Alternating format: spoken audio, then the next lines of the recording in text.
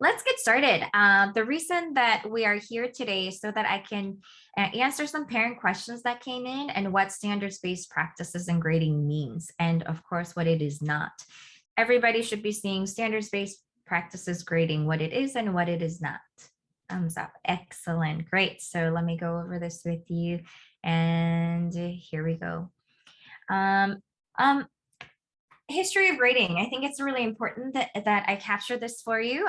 We might think that grading has existed forever in the way that we know it, but there really is a history of where it came from. So if you could take a minute to take a read at this slide.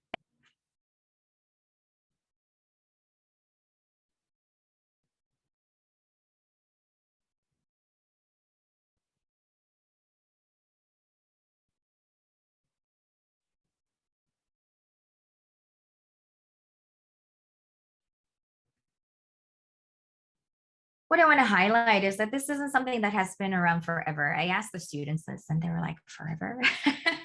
And we might think that it's been around forever, but it is really important to contextualize that it is relatively young in the history of timelines as we talk about it. And of course, that it is constantly changing. It is changing because we're changing and the world is changing and it should be changing. And there absolutely should be changes based on research and what we see in the learning. So can I give you a little bit of history of where grades did come from? At Yale University, we were the first history, the first written history of where grades showed up first, and it was in 1785. Yale University was trying to find a way to communicate with other universities how they were doing in terms of their program, right, at the university level. So grades were really not something that was used to communicate how the student is doing between the course professor and the students. Within the next 50 years, you've got universities like Harvard and University of Michigan and William and Mary. They're doing the same thing. They're looking at merit marks, they used to call it, and seeing, okay, how do we measure how we're doing as a university and what we should be doing, and should a student move from one university to another, if we've got this fluidity, how do we know and how do we communicate that progress? So again, merit marks came into play, but those were not shown to the students. They were kind of the secret communication, right, between the university to see the progress of how they were doing. And then in the late 1800s, the early 1900s, all the way through the 20s, we've got this grading experimentation that begins. So as grades were introduced, people are experimenting with this 100-point scale, wondering, maybe this is a good way to measure. Let's divide that 100-point scale into the A, B, C, D, and E range. And that is when it started to become more popularized and in use. And by the 1930s, eventually, of course, F came into place, and somewhere we see E having faded in the background and we've lost it because, of course, F stands for fail, easy communication, we all presume.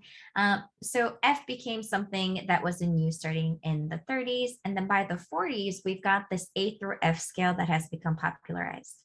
Now, what's interesting is that what the discussions were in 200 years ago in universities, this grading scale that they came up with, this grading system started to trickle down to the high schools and the middle schools and the primary level schools, and it kind of stuck, right? Even though this communication, this research and contemplation over whether grades work in this way is ongoing, when it came down to the lower levels, they picked up on it and it just became a thing as we know it. And we think this is this untouchable grading system that is perfect.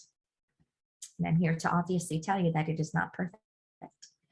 That's the traditional grading system that we have. And all the way from the 40s till now, we've got ongoing research, and the research is showing the subjectivity and unreliability of the traditional 100-point system. And I'm going to break that down for you in the next couple of slides as to what I mean by that.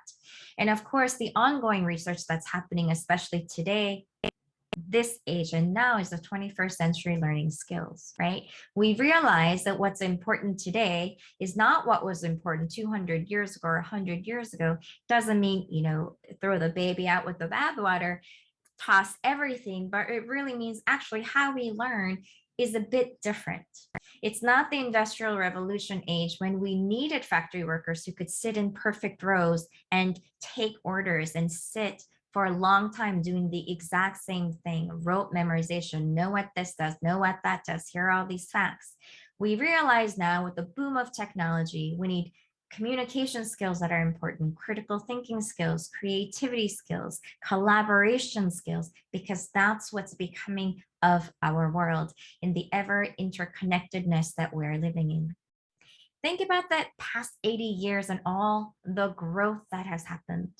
When we insist that every child, our children, should be graded in the same way that we were graded, we should pause and think about what that means. I mean, we grew up with these things. We don't see these anymore, right? There's a great YouTube video I think I saw once when we've got a couple of teenagers who are trying to figure out the rotary dial phone. And they're like, what? How am I supposed to call someone with this? What is this? Because technology has changed so rapidly and so quickly, right?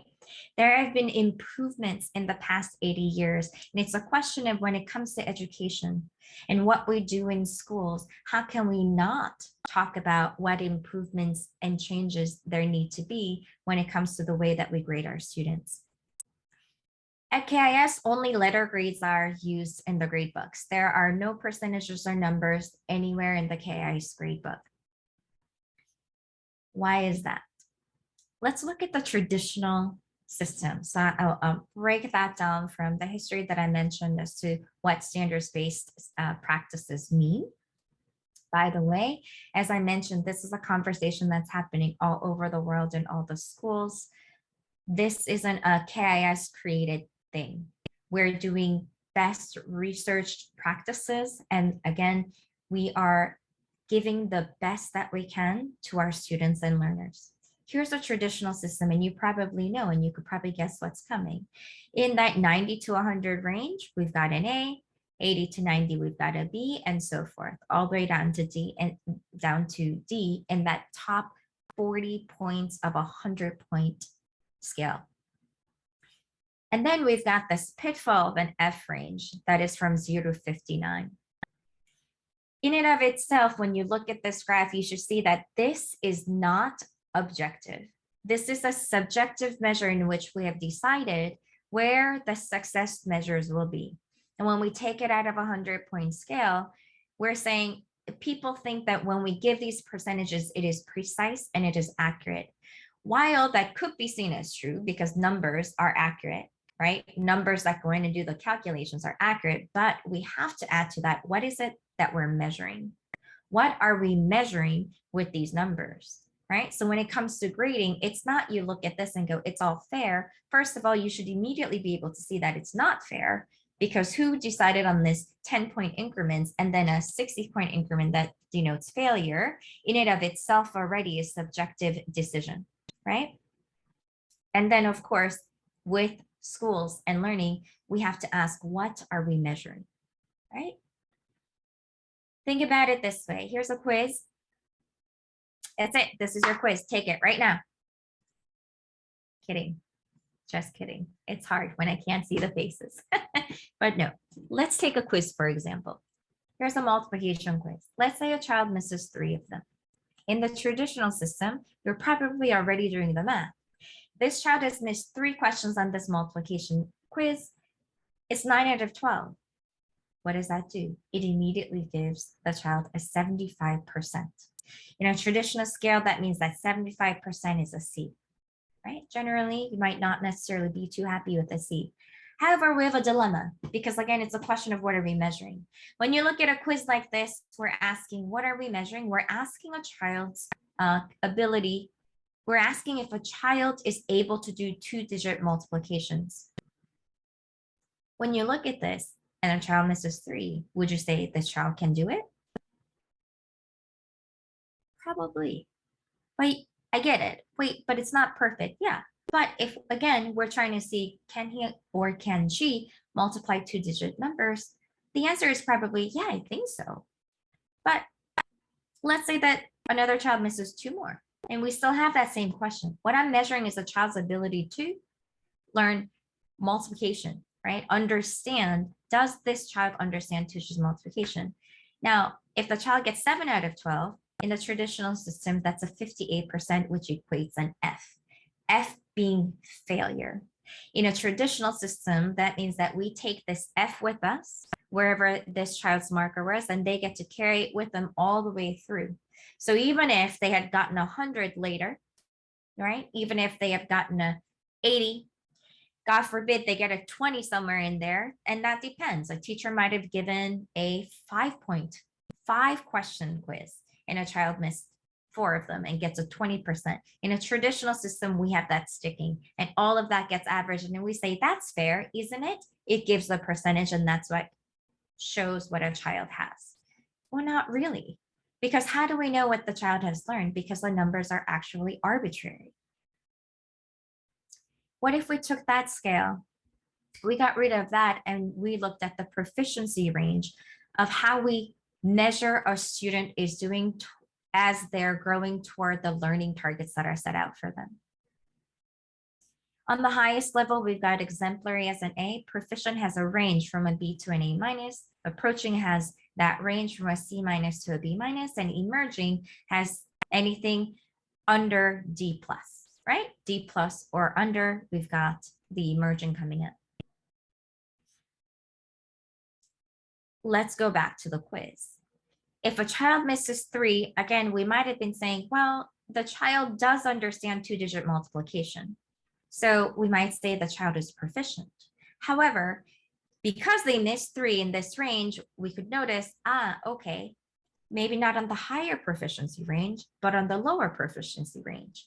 So the child can have a B. Let's go back to missing 2 more. We might have the child who's approaching, but again, maybe not on the higher approaching end, but somewhere in the middle, because again, we understand the child is growing toward understanding this two-digit multiplication. And so at KIS, we have very clear descriptors of what these mean. When they reach the exemplary level, that they can apply the course level standards with sophistication. Sophistication in the high school level is a word that gets used a lot, but our teachers break that down as to what that means depending on what the assignment is, what the project is, etc. And it is a word that you see a lot in the AP program as well.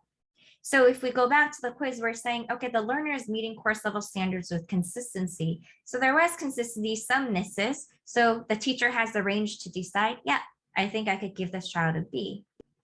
Approaching, you saw that the child is making progress toward the meeting course level standards. They are, but perhaps not on the higher end within that approaching range. So a teacher might decide a C is pretty accurate descriptor as to where that child is.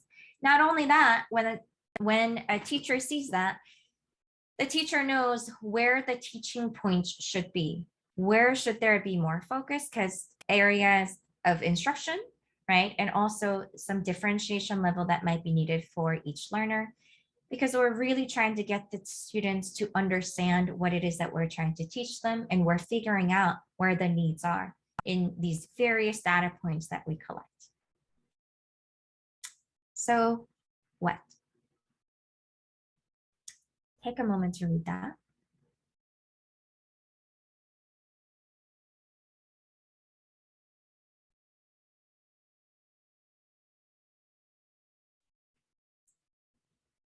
The reason I'm highlighting this is because then when the teachers ask, right, about what are the grades used for, and we did a session last year as well, and we have that recording, and I will this time writing the email to all of you as a follow-up with the feedback form. I'll make sure that those links are added as well. I know they've been sent several times, but the reason I highlight this is because even the college counselors will say, well, yeah, the letter grades are helpful because with those we get GPAs.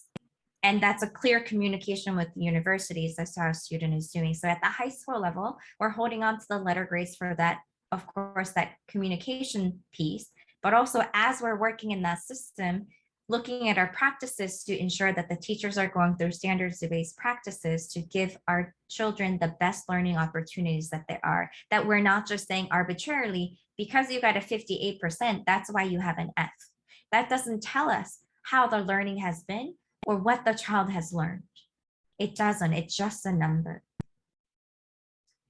Some parents, I think, feel as if there's something being hidden from them. And I'm here to tell you there's nothing that is being hidden from you. Teachers, when they enter the grades, they don't enter percentages, right? Parents ask the question, well, what do they put in?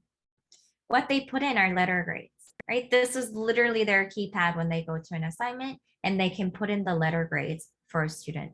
That's the only option that they have, period. Okay. They don't plug in the numbers.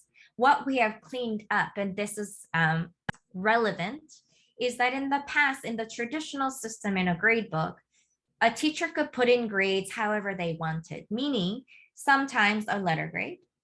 Sometimes if it were a quiz that was out of 10 questions, so a child got 7, they'll just put 7 and put the total at 10. Sometimes a homework assignment could go in, and a homework assignment, they could decide, well, I guess I will put this at, scale that to 5 points and count something else as 1. There was an inconsistency. And with no ill intent, what that was doing when we were looking at the data, it was making it very confusing for the students and the learners, because there was an impact. Because in the traditional system, when you take those and everything that gets calculated by percentages gets calculated, it does impact them. So we cleaned that up. And that was the intense training that we went through with the teachers to say, look, here's why we need the consistency. And even in our handbook, we have dropped percentages. It's not shown anywhere in our school profiles. We take that out. The counselors will also tell you it doesn't matter because they don't function with percentages. If we were to see the line of grades that a student gets then, right? An A minus, A minus, A minus, A minus, A, right? We might look at this and go over, well, maybe the student then gets an A minus, right? Looking at the overall count of A's, if you will, right? By the end, right, when we get to the letter grades that the student gets for the course, that final grade, and this is where I'm going to say this hopefully very clearly, and we will repeatedly say it, Ms. Crayon, Ms. Keller, everybody, we do not endorse the mobile app. It is not what we do, and it is making everybody confused. But because we say that it doesn't matter, I think parents, some of you think that we're hiding something from you. And I'm explicitly putting this out there to say there is not, we're being fully transparent. We're not lying to you in any way, shape, or form. When we have series of A's like this, we might say that this in the end may come out as an A. In the mobile app, you see all sorts of numbers. And I talk about that just this one time to clarify why it is an irrelevant question to us, but hopefully I can really deconstruct this. When we have these A's in the end, by the time that we get to the end, if you understand how it is that a teacher is scoring a student against the standards here, Power School will spit out, okay, this kid might have an A, right? This kid, in averaging these letter grades, right, we've got an A. The grade scale that we have published on our website and handbook, we've got all the letter grades, the non-AP courses as it is counted as a GPA point, and then APs that have a higher GPA value. I'm showing you the letter grade and the 4.0 scale that the College Board shows you. And what I also want to highlight is the other question that I get from parents, why don't we have an A+? Because wouldn't that be more advantageous for my child? No, because again, A+ or A, the College Board sees that equivalent to a 4.0. That all equates to a 4.0. So stay with me. And when the parents ask, why is 95 the highest A that my child can get? I want to make it very clear, and I'm showing this to you because you're looking at the mobile app, but we do not endorse it and we will not cater questions to the mobile app, but I want to show you something. We have the ranges of what A, B, C, D, and E may go in. This could be 5, 4, 3, 2, 1. It wouldn't matter. The reason that I'm showing that to you is because when we are looking at the letter grades and they're going in, and even the questions that have been coming up, the gap in between each of these letter grades is 10 points. It's even, it's evenly split. And in a computer program, there has to be numbers for it to spit out anything at the end. It's the formula, it's the code that we put in the back, right?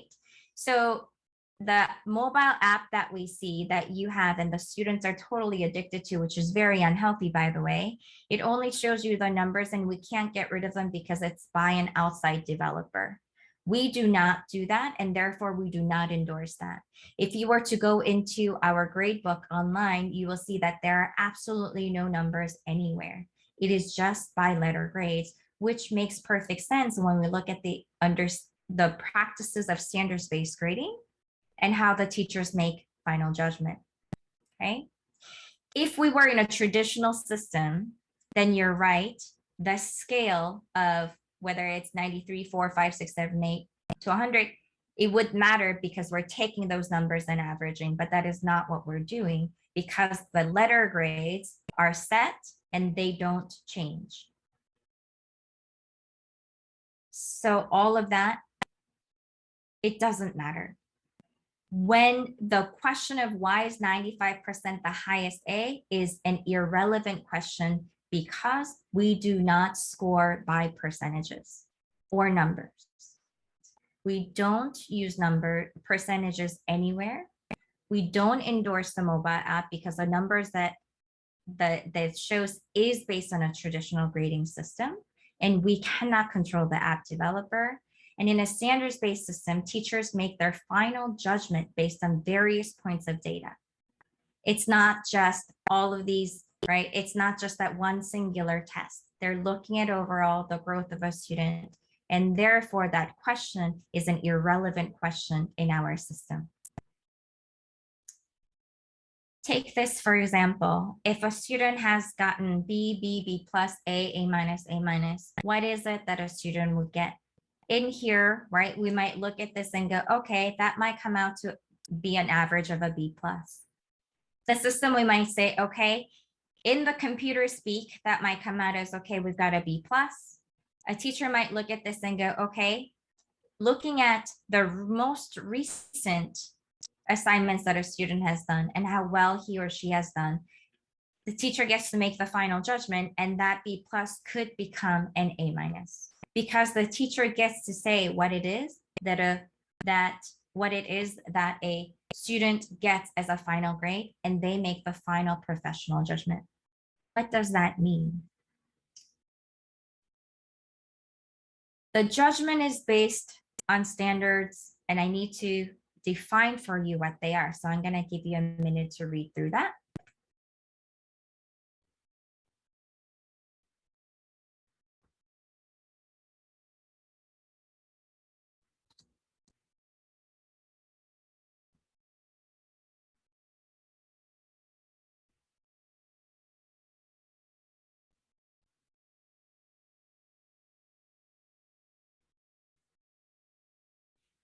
It's not because I, as a teacher, say, I don't like Michelle, so I think I'll give Michelle a C. It's not that I, as a teacher, say, well, I guess I like Amy. I think, yeah, I'll give Amy an A. That would be wrong, of course. We're really looking at how we measure our students against the standard that we're trying to teach them.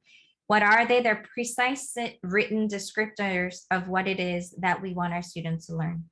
Right? It's a system of instruction, assessment, and grading, right? And we're reporting on the mastery of the knowledge and skills with clear teaching goals.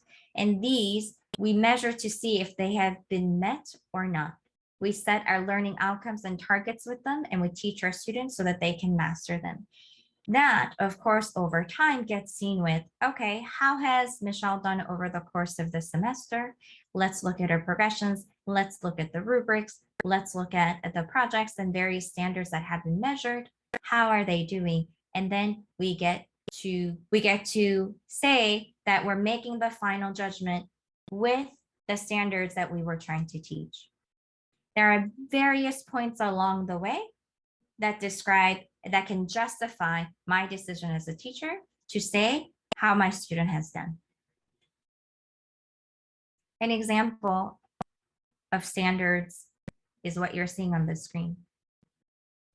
In an essay, I'm not having them write an essay and saying, okay, I'm going to mark off for every misspelled word. I'm going to mark off for every mispunctuated punctuation. On a 100-point scale, that might mean, okay, when you have missed 7 punctuational marks, you're already starting at a 93. Okay, great. Now you have misspelled X number of numbers. Here are 5. You take 5 points more, right? I'm really describing a system in the way that I grew up, right? And it's not about that. It's about, okay, what are the skills that I'm asking the students to do and how are they doing that? And over time, how well are they doing in mastering these standards and what opportunities am I giving for my students to be able to do that? I'm going to show you a couple of examples of what it means then when teachers use rubrics. I'm going to mirror my screen in just a minute. As parents, we might not know what kind of communication that our teachers have with our learners, but it is rich. We're looking at a design and innovation rubric. We have different parts of what it is that our student is expected to master. This teacher puts down, right, different descriptors that show what would be an emerging, approaching, proficient to an exemplary. You could see, right, there are can-do statements, but also recognizing that there's a basis for teachers being ready to co-create rubrics, for example, or be able to fill in those blanks depending on the project or the assignment that's coming up. We have chemistry class that looks at, okay, if I'm looking at different types of things that I'm teaching them based on the standards that I know that they need to master, there are different ways to show the range of what a student is doing. And when that student is doing that, we know that they're at the exemplary mark or the approaching, etc., based on the descriptors that we have as a school. Here is an English rubric that shows, right, what a student needs to do. We have been asked what the students to do, and they show mastery in these ways. This is clearly communicated by the teachers to the students, and they're communicating all the time to realize what this might look like.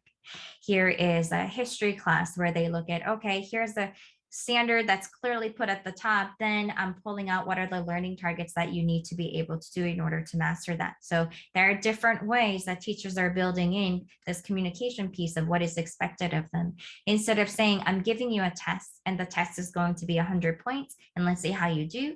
No teacher should say, your child has a B because I gave a 100-point test and in it, the child got an 85. They missed 15 questions. As a parent, when you have a teacher who says, well, it's the grade because they missed 15 questions, you should be asking, what kinds of questions were they and what are the learning targets that you are aiming for? It shouldn't be good enough to say, because they missed an X number is how we got the grade. And I hope that's very clear. When we look at standards-based system and the practices, that is what we're talking about. We want to give our students very clear learning targets and give them pathways to reach that. That's what standards-based practice is all about. It's not just, let me take all these points, average it, and then here you go. The reason that parents and students are so stuck on the numbers, and that is such a hard habit to break, is one, for us, it's because that's how we've grown up. That's what we know. For the students, I would say, arguably, that's probably the same for them because they've been thinking that if I just divide these numbers, I have this. We need to break that together, and I'm here to plead with you to say, let's focus on the learning and to say that how our teachers are evaluating our students is fairer than any way that we have been evaluated as students when we were in school, in the systems that we grew up in, the traditional way that we grade students.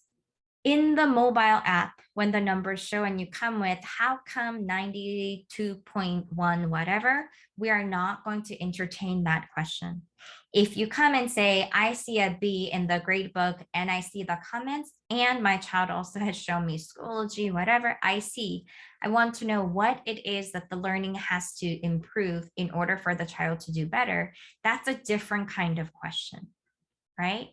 So yesterday in full transparency, when I was in the Korean session, I was trying to describe why it's not in isolation, because parents are asking, what is the cutoff number in Power School? By the way, because Power School is a computer, a program, it needs numbers to function. It is the only language that it can speak. PowerSchool will actually never be wrong in its calculation. Parents who send me algorithm options, you are not wrong in the algorithm that you have created because it is math, meaning numbers are plugged in and you get the result. However, what we're trying to clarify is that we have a full standards-based practice system. We look at how the child is learning, and how those individual grades come about is really important, because it is not just that we're plugging in numbers and percentages that give an output. We have descriptors of what is expected for a student to learn and master. We communicate that with the students, and we expect for that kinds of communication to happen between the learner and the teacher all the time. We have autonomous blocks that help students get support in those areas. Our schedules are designed so that teachers can connect with the students as they need. They can be expected to connect with them, or students can be autonomous in connecting with them as they need to. In the final grade calculation, we have the letter grades that go in, and PowerSchool that might look at that and say, here is what those letter grades average might be. But again, it is the teacher who makes the final call and decides what the final professional judgment is for the student. The parents who say, isn't that subjective? I really, really hope I made it very clear that it absolutely is the least subjective of all of our options, because I think everything in grading, I think we can't take subjectivity out of it, but the traditional system is far more subjective than you might think, or you might have believed, because it doesn't show you what it is that we were measuring. They're just sheer numbers. And at this point, I can go over anything else if you need to. I can field any questions that you might have. And I hope I made it very clear as to what I mean when you say, what's the cutoff point? What is this number? Why that is irrelevant. If we are doing standards-based practices along the way, that, because teachers don't plug in numbers, that is an irrelevant question, because they get to see how they've done over time, and they get to make the final call. They can even override a letter grade average that they see in there if they believe that the more recent evidence and series thereof show that my student Amy Keller has a mastery, and I am comfortable changing that, not willy-nilly, but they can really justify why. They can show you all the data points that lead to the final decision that they make, which are all based with the end goal in mind, which is the mastery of the standards. I'm going to stop talking and see what questions you might have for me. Well, I have a question about grading. You mentioned that the teachers would be looking at the students' work outcome and how what they learned throughout the course. But what I'm wondering is, if you're looking at individual students only, I mean, if the teachers would be looking at individual students performances only, or are they comparing? For example, are the scales based on the relative standards? Example, like 20% students will get exemplary, 20% students will get proficient. So do you kind of even those out? So I love that question,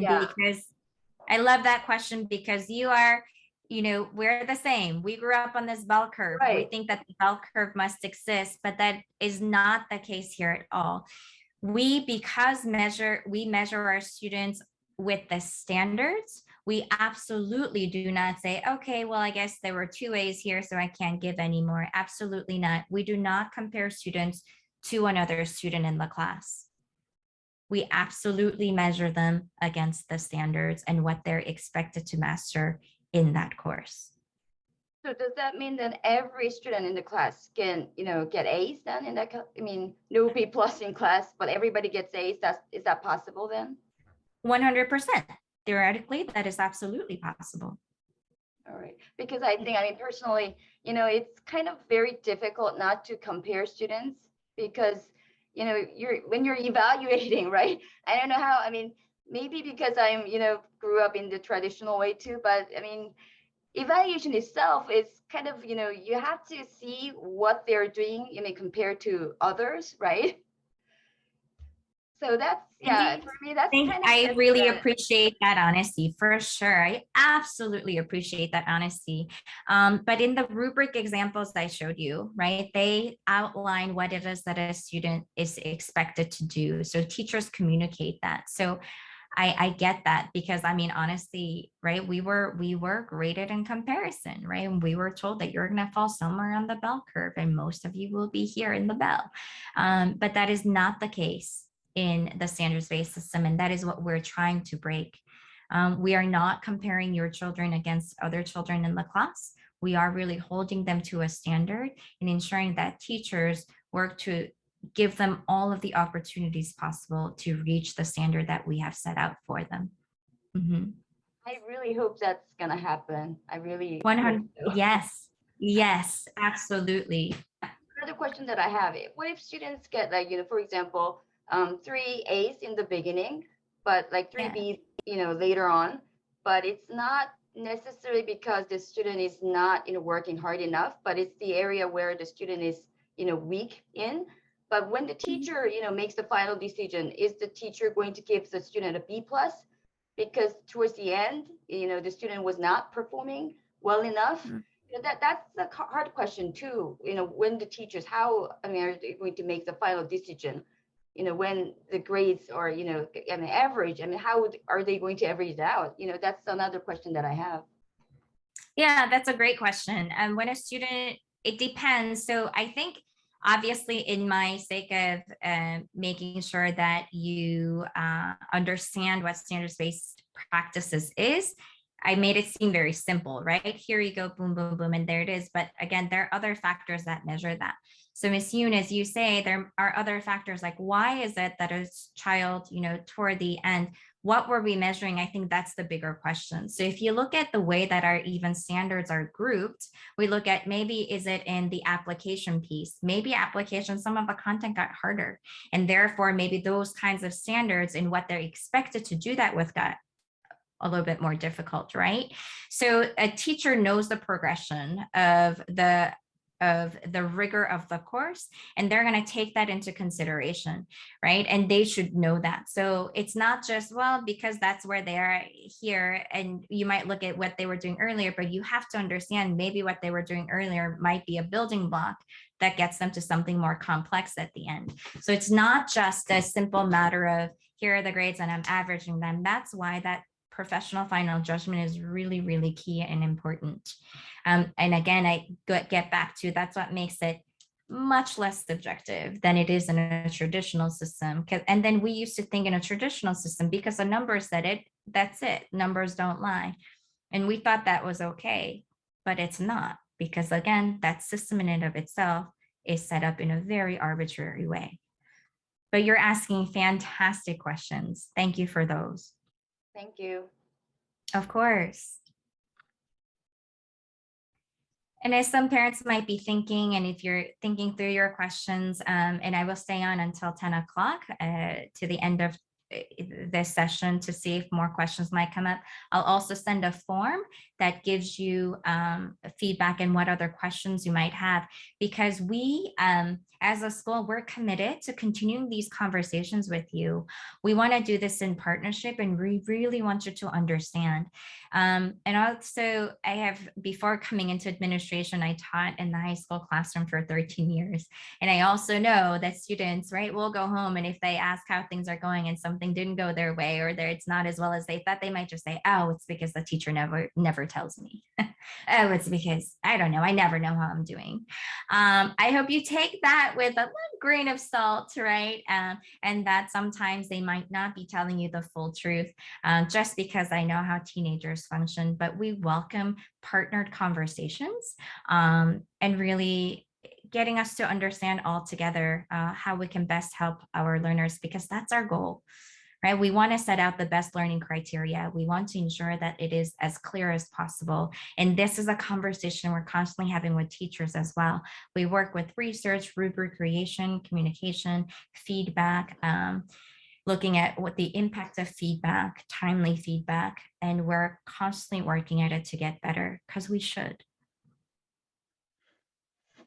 Hi, Ms. Cho. This is Pradeep. I have a question. Hello. I'm sorry, I cannot start my video because I joined from my office.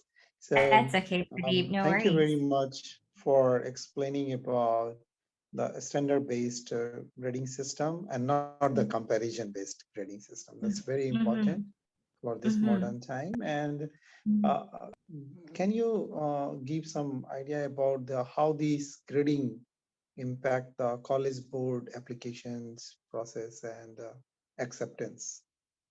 Ms. Cho, I would say in short commentary, as you highlighted at the beginning, this is not a function that's unique to KIS, and increasingly schools around the world, especially high achieving schools, are moving to increase standards-based practices. So this is very common. And just as there have been different grading systems and different types of transcripts around for decades, universities all use a common metric to assess that equitably around the world.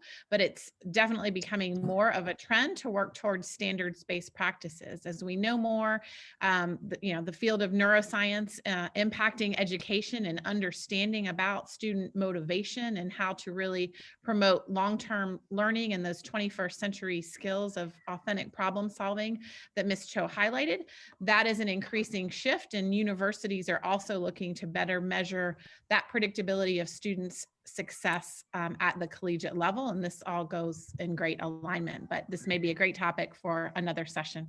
Thank you. I would also chime in really quickly as well. Hi, Mr. Anand. I would say that, from the college and university standpoint, they have always seen letter grades from us. So that in itself, it's not really a change.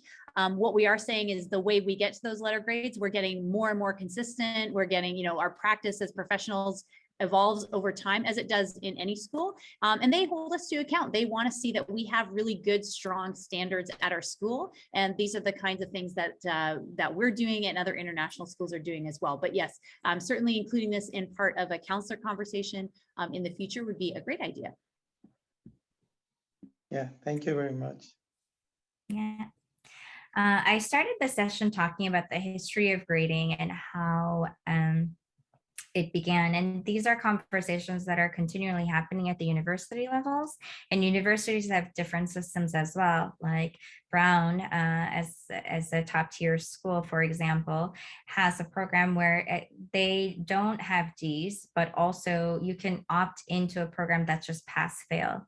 So there are certain programs give you a choice. So students can go in as pass fail, or they can do a grading system as well, right? This is constantly an ongoing conversation. Universities like Reed, the Reed College does not have any grades at all.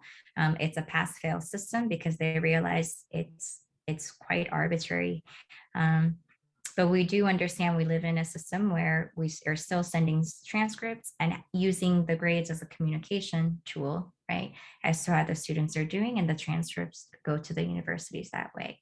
Ms. Cho, can I chime in? There's a question in the chat bar here, and I'm starting to type an answer, but if we've got a minute, maybe I can just talk to it instead. I think if I'm reading this question correctly, somebody's asking about basically professional judgment, and you talked about that professional discretion, and is that designed for encouragement for students so that that would help enhance grades and ostensibly raise grades rather than giving lower grades. So if I'm reading that correctly, and please feel free to chime in because I think you addressed this a little bit previously in the presentation part.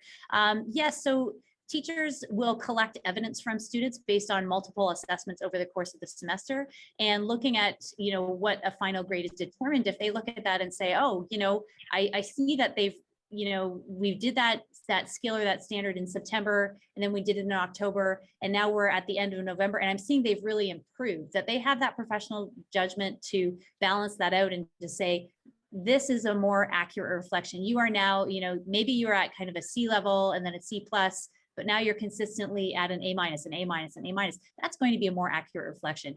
That professional judgment is not designed to say, well, you know what, you keep showing me that you're getting A's on this, but my professional judgment, I'm gonna grade that down to, that's not what we're talking about. And teachers, it's not arbitrary. Teachers will look at the standard and say, here's the criteria for success. And I know it maybe took you a little bit to get to it, but now really consistently, I'm seeing you perform at this level. So in professional judgment, I've got this whole body of evidence that says your grade would be, more accurately reflected as, this particular letter. So I think that's what the point we're getting at there. So I hope that answers the question, so that I didn't have to type in the chat bar. Hi, Ms. Cho, I have a question. Yes, okay. hi. Okay. Hi.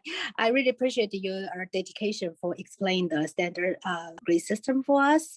And I have a question because my son transferred from the public school in US. And so their grading system is a little bit different. Of course, they have like a midterm, like final exam, like the grade, like how can I say, the percentage it's around 50% midterm and the final exam, and the homework like performance is like another 50%. What about our grading system in KIS? Great question. Great question. So for us, we were breaking that system, meaning here's homework that's worth X%, da, da, da, da, da. What we're trying to do is in the way that if you look at your child's grade book, you'll see in each subject, it's not categorized by just homework and quizzes. They are actually categorized by the way that the skill that we're looking for. So you might be looking at like analysis as a skill set, or in the way that science standards go in there. Engineering practices, for example, might go in there. So homework assignments and quizzes and tests and whatever might go into those, but we are grouping the categories in what it is that those things are measuring. Not that it's the quizzes that count for an X% or homework that counts for an X%. Does that make sense? Okay. So like in an English class, we're not gonna say quizzes, tests, and whatever. So we're looking at the, presentation skills, the writing and critical reading, for example. That's what it'll show. Oh, I see. Okay, I have another question. Would you please give us like a result for like previous, because we're new here, so we're just curious how many percentage like a previous, like a 10th grade or 11th grade students, like a final grade, like last time you showed us like the final like result, like how many percentage A student, how many percentage A minus student. I was so impressed. This 9th grade students did really good job. After the midterm, they had you showed us the like how can I say the graph, like showing 38% A students and 20-something% is A minus. C, please. Do you mind to provide like examples like previous grade students, the final grade? You know what I'm saying? Yeah, we do look at on a regular basis. We'll check in with our both our mid-semester snapshot grades as well as our final grades. I apologize, I don't have those exact, but we have shared those in the past. I shared those most recent mid-semester results at our PTO meeting last week. So maybe I can pass them along to Ms. Cho, and Ms. Cho, if you do a mail out, maybe we can resend those to parents again. But overall, what I can say, Ms. Wang, is what we're finding is that our students do really well. They do very, very, very well. And we're seeing, even with this this evolution towards standards and criteria and looking at standards-based practices, we're seeing our students continue to do really well. The vast majority of the grades that we see are A's and A minuses. And then we've got students, what we've really seen over time is sort of that shift up the grade scale a little bit, and it's not being left behind, which is really important. So students that are struggling are having multiple opportunities to make up that learning, because we're looking, to keep collecting that body of evidence to see how they're doing. So while I don't have specific numbers for you right off the top of my head, we do have them, and I can share some of that with Ms. Cho and with the rest of our parents a little bit later today. Okay, thank you. Of course, and just ending on that note, to say that we do that to celebrate that we're doing well, more proud of Yeah. that. Certainly. That's good. I don't want that to be misconstrued as we're using that not to compare, because that's what we're getting away from. We're doing that to celebrate and say learning here is happening, and we're super proud of it. And as we come to a close, I want to respect your time as well. And again, I will send out an email and give me till the end of the day to put that together, and give you a feedback form as well that says, hey, what questions might you have, and what was helpful today, and also what other topics might want you to explore further with us in the future. So any kind of feedback that you give would be really helpful for us. We are so thankful you were here. We are so appreciative of your partnership, and we look forward to continuing that. Thank you so very much.